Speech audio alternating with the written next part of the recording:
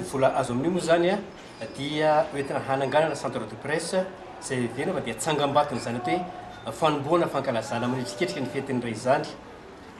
Aorianan'izay dia isy ny fiofanana ihany koa ny vola azo amin'io zany dia isy ihany koa ny fiofanana zay ataon'ny mpanao gazety ny 7 valambin'ny sy 20 jolay ho avy izao zay tanterana any Antsirabe dia iompana amina aloha hevitra samihafa moa zany fiofanana ka farafahakeliny zany ny AJM dia mba hanatanteraka fiofanana indray mandesaky ny roa volana farafahakeliny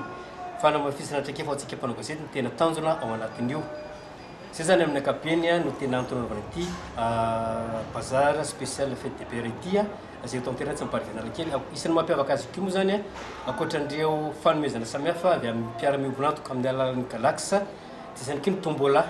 zay azona telefônina raitra dia raitra satria 3 arivo ariary monja dia azona ty telefônina raitra ity dia tombony ho an'ny ray mpianakaviana koa zany zay ka ny lahady amin'ny telopolakandro no atao ny antsapaka etsy amin'ny parivy analakely.